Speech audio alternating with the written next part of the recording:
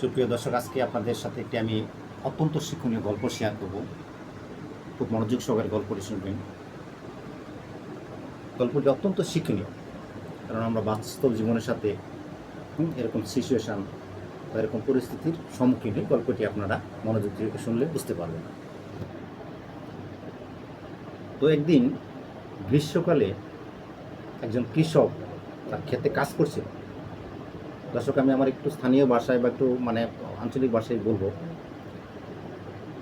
তো উনি ধান খেতে কাজ করতেছিল অত্যন্ত গরমে, প্রচণ্ড গরমে উনি ঘর্মাক্ত ছিল, গা বেয়ে দর দর করে ঘাম ঝরছিল। ওই লোকটি ছিল টাক মাথাওয়ালা, ওনার মাথায় একদম চুল ছিল না। উনি যখন কাজ করতে করতে একেবারে ঘর্মাক্ত হয়রান হয়ে গেছে, তো একটু বিশ্রাম নেওয়ার জন্য তিনি একটা গাছতলে বসল।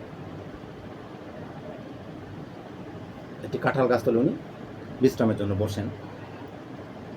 তো পরিশ্রান্ত ব্যক্তিটি বিশ্রাম নিচ্ছিলেন অত্যন্ত সুশীতল ছায়ার মাঝখানে। উনি শান্তিতে বসে বিশ্রাম নিচ্ছিলেন। এই সময় একটি মাছি এসে তার মাথায় বসে। আপনারা জানেন, টাক মাথায় কোনো কিছু পড়লে মাছি বসলে এটা একটা ভিতঘুটে অবস্থা হয়। তো উনি এই গরমের মাঝখানে বিরক্ত হয়ে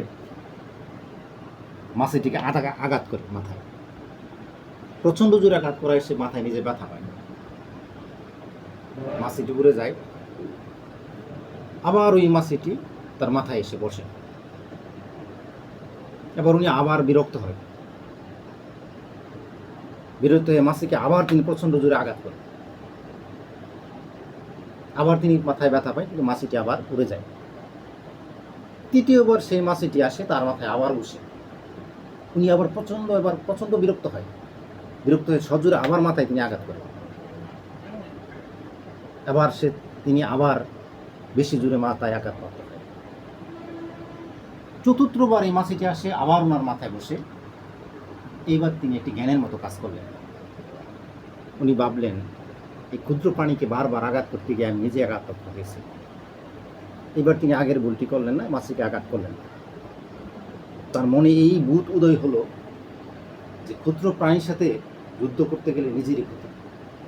তো আমরা সমাজে এরকম অনেক লোক দেখি, যারা ক্ষুদ্র মনা, সংকীর্ণ মনা, যারা সবসময় পায়ে পড়ে ঝগড়া বা আপনাকে ফাঁসাদে বিপদে ফেলতে চায়।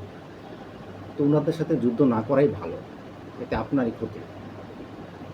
একজন শিক্ষিত, জ্ঞানী অথবা বোধসম্পন্ন লোক কখনো ক্ষুদ্র মনা, ক্ষুদ্র প্রাণীদের সাথে, ক্ষুদ্র চিন্তা ভাবনা, ছোট মনের মানুষদের সাথে তারা কখনো লাগতে চায় না, বা লাগলে নিজেকে আঘাতপ্রাপ্ত হতে হয়। উল্টো আপনাকেই দোষী সাব্যস্ত করে ওনারা ছেড়ে দেবে। তো এই গল্পতে আপনারা এটাই শিক্ষা নেবেন আশা করি। ধন্যবাদ সকলকে।